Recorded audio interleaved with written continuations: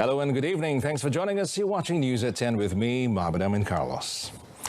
Well, Yang di-Pertuan Agong Al-Sultan Abdullah Ri'ayatuddin Al-Mustafa Billah Shah and Raja Permaisuri Agong Tunku Aziza Aminah Maimunah Skandaria expressed their hopes for peace, prosperity, unity and jubilation among those celebrating Christmas. In a statement today, Istana Negara's Comptroller of the Royal Household, Dato' Ahmad Fadil Samsudin, said Al-Sultan Abdullah and Tunku Aziza also hoped the people would not be dejected by this year's somber mood following the COVID-19 pandemic. Elaborating further, Dato' Ahmad Fadil said although Christmas Day this year will be ushered according to regulations and restrictions, Their Majesty said the people should be grateful since they are blessed with good health to celebrate the festive occasion with their families and loved ones. Their Majesties also reminded the people who celebrate the festive occasion to remain cautious and disciplined in looking after their safety and health by complying with the SOP implemented by the government and health authorities.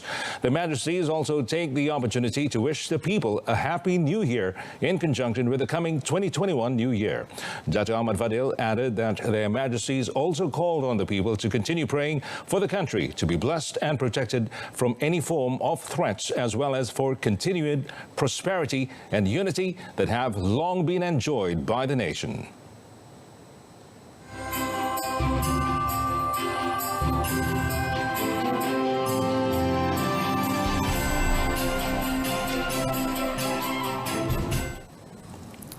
Salam sejahtera pada saudara dan saudari yang saya kasihi sekalian.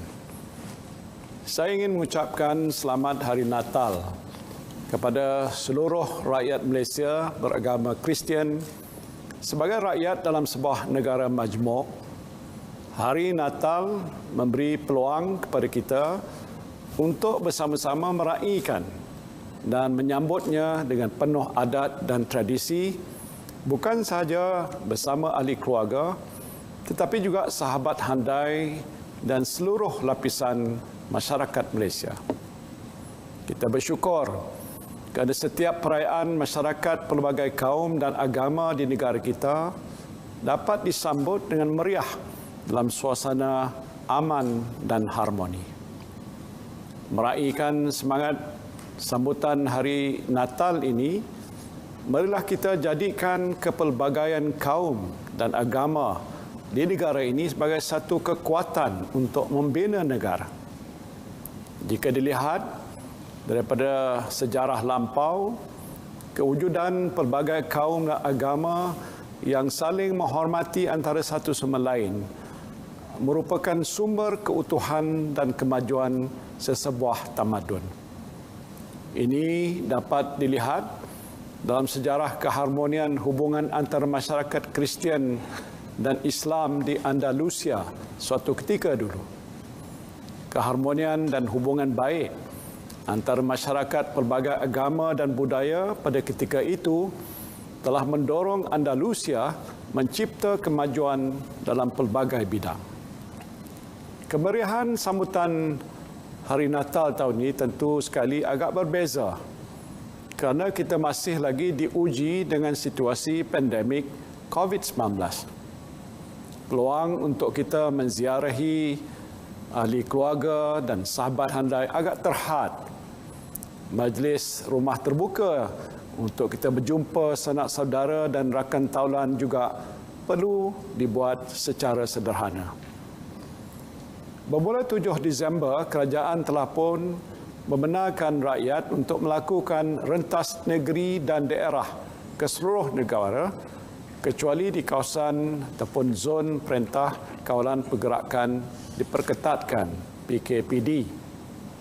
Nasihat saya, demi kepentingan dan kebaikan bersama, kita sambutlah secara sederhana perayaan Hari Natal kali ini dengan mematuhi garis panduan ataupun SOP yang ditetapkan. Patuhilah prosedur pengambilan suhu badan, jaga penjarakan fizikal dan tidak perlulah bersalaman. Cukuplah sekadar tunduk dan letak tangan di dada sebagai tanda hormat. Amalkan juga norma baru lain seperti kerap mencuci tangan ataupun menggunakan hand sanitizer serta pakailah pelitup muka dengan betul. Bagi tuan rumah yang menerima tetamu, bersihkan rumah anda dengan kerap. Jaga mak, ayah dan ahli keluarga kita yang telah berusia atau yang kurang sihat kerana mereka lebih berisiko untuk terdedah kepada jangkitan COVID-19. Bagi yang bergejala seperti demam atau sesama, duduklah di rumah. Biarlah kita ambil langkah yang lebih berhati-hati supaya kita dan orang di sekeliling kita selamat dari dijangkiti wabak COVID-19 ini. Tidak lupa juga saya mendoakan agar para petugas barisan hadapan, anggota keselamatan yang bertugas di perbatasan negara dan rakyat Malaysia yang berada di luar negara dapat menyambut Krismas dengan penuh kegembiraan. Selamat Hari Natal kepada rakyat Malaysia yang meraihkannya. Merry Christmas, Happy New Year. Sekian, terima kasih.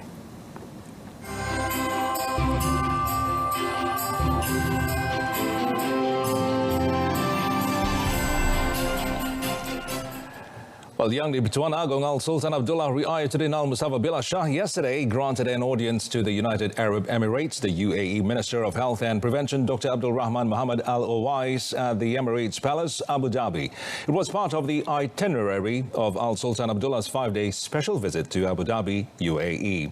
Well, Istana Negara's Comptroller of the Royal Household, Dato' Ahmad Fadil Samsudin, in a statement today said the meeting, among others, discussed the UAE government's intention to contribute COVID-19 vaccine to Malaysia for clinical studies in the country. Well, he said Al-Sultan Abdullah expressed his appreciation to Dr. Abdul Rahman and the UAE government for the intention. Dato' Ahmad Fadil also said His Majesty, however, stated that several processes needed to be taken into account to know the feasibility of clinical studies in Malaysia, especially through the Clinical Research Centre, Clinical Research Institute and the National Pharmaceutical Regulatory Division before any vaccine is accepted into the country. He noted that the intention by UAE to donate COVID-19 vaccine to Malaysia and the special visit by Al-Sultan Abdullah there reflected the strong and close bilateral relationship between the two countries. It also shows that Malaysia and the UAE are working together in the fight against COVID-19. Well, Malaysia has breached 100,000 cumulative COVID-19 cases on Christmas Eve, with a total of 1,581 new cases recorded today. Well, Health Director General Tan Sri Dr. Noor Hisham Abdullah said Malaysia's cumulative cases now stands at 100,318 cases.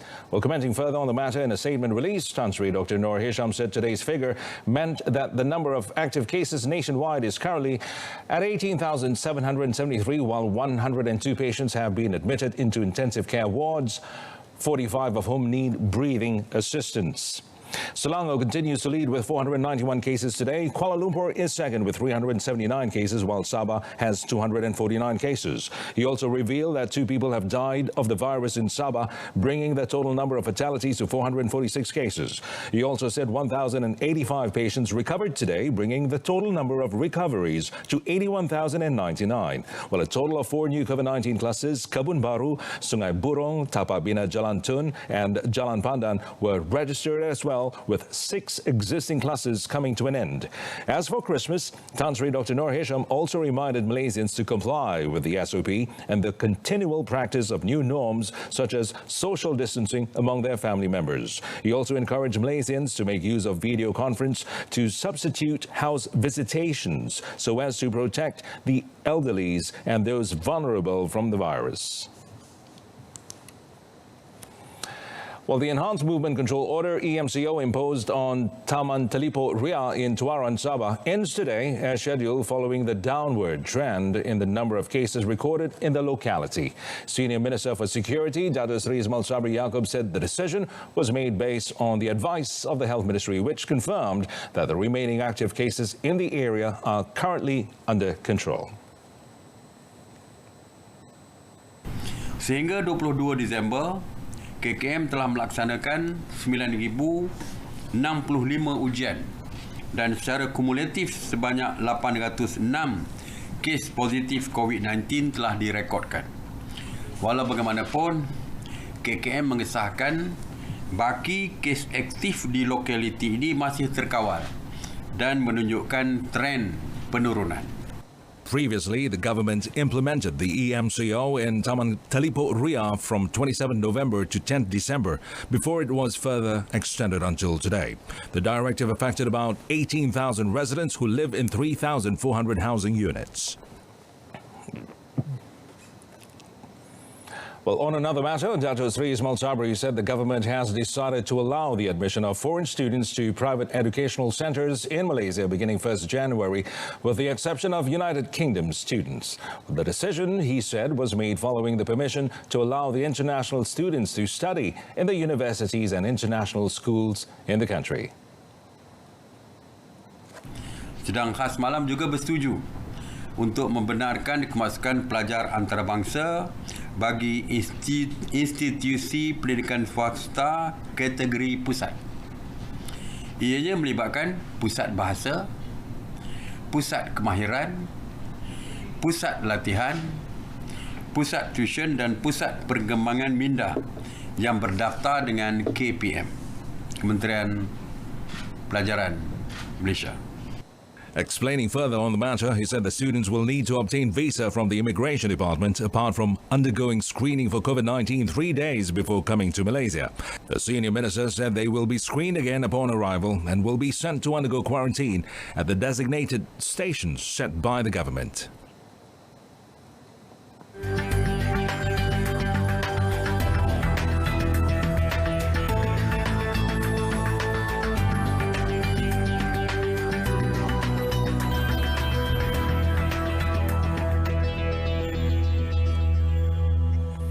Well, the authorities this year had detained hundreds of skippers, agents, transporters, as well as landlords that housed and facilitated illegal immigrants who entered the country illegally.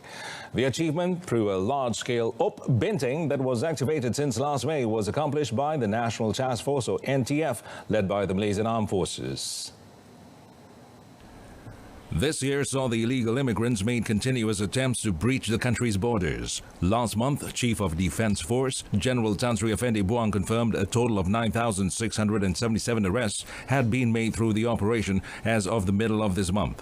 While the country was battling against COVID-19, the people were also shocked with news regarding hundreds of Rohingya refugees entering the country through the Langkawi waters on 17 April.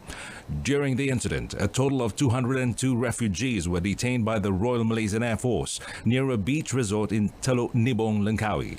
The boat was detected at 70 nautical miles, or about 129 kilometers from the resort island. 2 months later, another 269 Rohingya refugees risked their lives in order to enter Malaysia illegally. Their boat, however, was intercepted by the Marine Police team boat and the KM Kimanis from the Malaysian Maritime Enforcement Agency, MMEA. According to Kedah and Perlis MMEA Deputy Director, Maritime Captain Zolinda Ramli, more than 50 refugees had died on the boat and were thrown into the sea. 269 ada yang hidup dan ada satu mayat lah dalam bot tersebut. Daripada siasatan awal, kalau kita tengok daripada siasatan awal tu ada lagi parti-parti yang sama-sama dalam pelayaran tersebut telah meninggal dunia di semasa dalam perjalanan tu dan telah dibuang ke laut lah, lebih kurang 50 orang.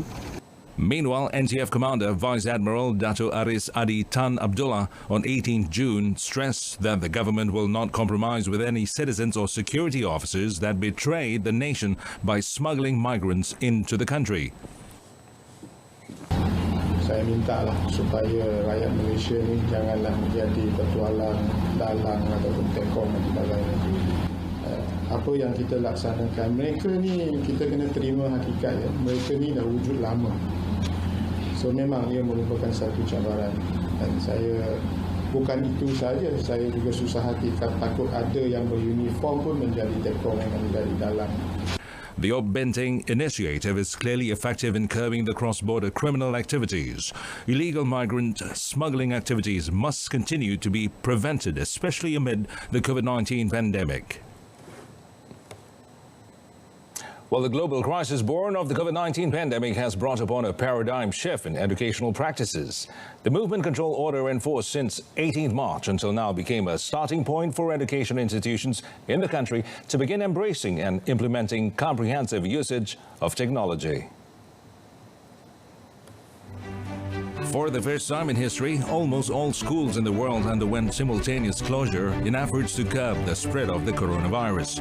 In Malaysia, over 5.7 million students and pupils were affected.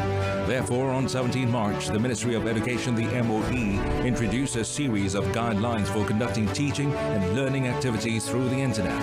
Commonly used applications include Google Classroom, Google Meet, YouTube, and Zoom. However, the drastic change in the educational norms led to a few bumps and issues in its initial stages. Antara cabaran yang kita alami adalah masalah capaian internet. Capaian internet yang terhad, masalah internet yang memberi kesan kepada PDP. Kadang-kadang perkara ini boleh berlaku kepada guru dan juga kepada pelajar. Yang kedua antaranya adalah pengurusan masa. Ada pelajar yang masuk lewat, kemudian ada juga pelajar yang tertinggal kelas. Antara persediaan yang telah kita lakukan adalah memberikan pendedahan kepada guru mengenai penggunaan sistem ASIS atau Advanced School Information System yang diperkenalkan oleh Aupatek dan juga penggunaan sistem ataupun medium Google Classroom diperluaskan kepada guru-guru. Pada mulanya agak sukar, tapi lama-kelamaan benda itu dah menjadi kebiasaan dan saya boleh mengikut jadual yang guru tetapkan untuk masuk ke kelas. Pembelajaran dapat diteruskan macam biasa dan lebih selamat kerana tidak perlu ke sekolah. Jadi kalau sekolah masih belum buka, saya tidak akan ketinggalan dalam pembelajaran. On 16 May, the government approved of a new set of protocols in managing academic activities of higher education institutes during and after MCO. The MOE informed that all lectures and consultations were to be held virtually via online platforms with physical contact prohibited. Through the utilization of virtual classrooms, lecturers are able to simulate a classroom environment. In the latest development, Budget 2021 increased internet access through the National Digital Network, Jendela Initiative. Jendela aims to ensure interconnectivity between 430 schools nationwide and a Prihatin network costing 1.5 billion ringgit, expected to benefit 8 million individuals in the B40 group. All this sets the ball in motion for online teaching and learning to be the next revolution of national education.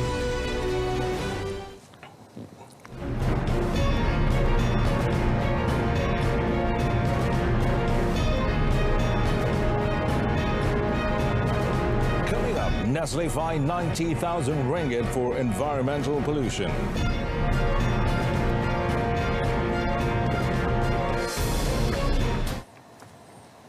Well, Felcra Berhad will be distributing the profit of the consolidation and rehabilitation projects for the second interim period of 2020 from May until August this year to some 54,351 participants. The distribution, which involved a total of 49.57 million ringgit, is the second dividend payment after the profit for the first interim period was distributed in August. According to Rural Development Minister Dato Dr. Abdul Latif Ahmad, the profit was gained from 519 projects and the distribution would be done in stages starting 28th December. Explaining further, he said this achievement had brought relief to the relevant participants, especially amid the COVID-19 pandemic. He also expressed hope that the younger generation will not hesitate to venture into agriculture sector apart from exploring new plant cultivation.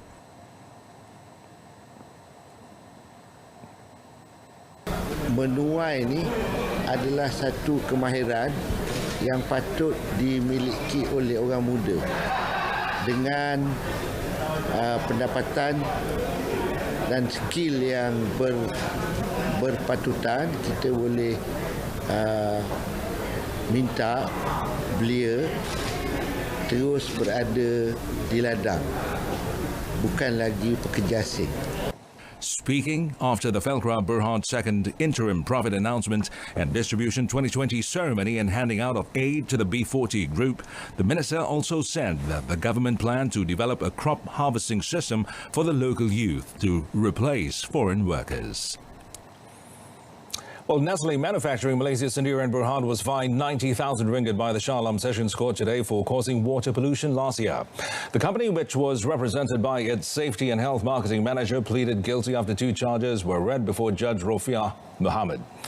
Well, according to the charge sheet, the company released 6 types of industrial elements and effluents, including liquid waste and wastewater, exceeding the legal limits set by the government. Now, the offence was committed at the Shah Alam complex on 21st May 2019. Earlier, Nestle's defence counsel, J. Rao, had applied for the sentence to be in a small amount of fine, considering the company's big contribution to the country's economy and its various community programs. However, Department of Environment, or rather the DOE prosecutor, Nur Faizura Muhammad Ali, had asked the court for a harsher punishment after taking into account the serious offence that affected the public interests. The court then ruled for the company to be fined with 50,000 ringgit for the first charge and another 40,000 ringgit for the second charge. The guidance of new head coach Kate Devon will be composed of 85% new players to face the Premier League next season. Well, Devon, who confirmed the matter, said most of them are experienced Negeri Sembilan-born players who had played with several other teams in the Super League and Premier League this season. Currently, Devon said NSFC already have 16 to 17 local players and have confirmed 1 imported player, with 3 more players being identified. The Bahau Jempol-born coach said that to strengthen the NSFC team in facing the league competition, he had the service of a 27-year-old midfielder from South Korea, Bae Bom-gyun, who is currently playing with a team in Slovakia. Commenting on rumours that Kerana team striker Muhammad Zakwan Adha Abdul Razak would return to don the Hobin Jang Hobin squad jersey, Devon said the national player had expressed interest to be with Negeri Sembilan. NSFC prior to this had recruited several new players, including Selangor 2 defender Raja Imran Shah Raja Amin, 3 former PJ City FC players, namely brothers R. Barath Kumar and R. Arun and Damien Lim. Also grabbed by NSFC were 3 former Melaka United FC, Saiful Ridzuan Slamat, Anas Rahmat and Muhammad Feris Daniel Mad Nasir. This evening's News at 10. In our top story, foreign students can return to Malaysia for 2021 academic year. And to all Malaysians, we would like to wish you a joyous and blissful Christmas and a Happy New Year.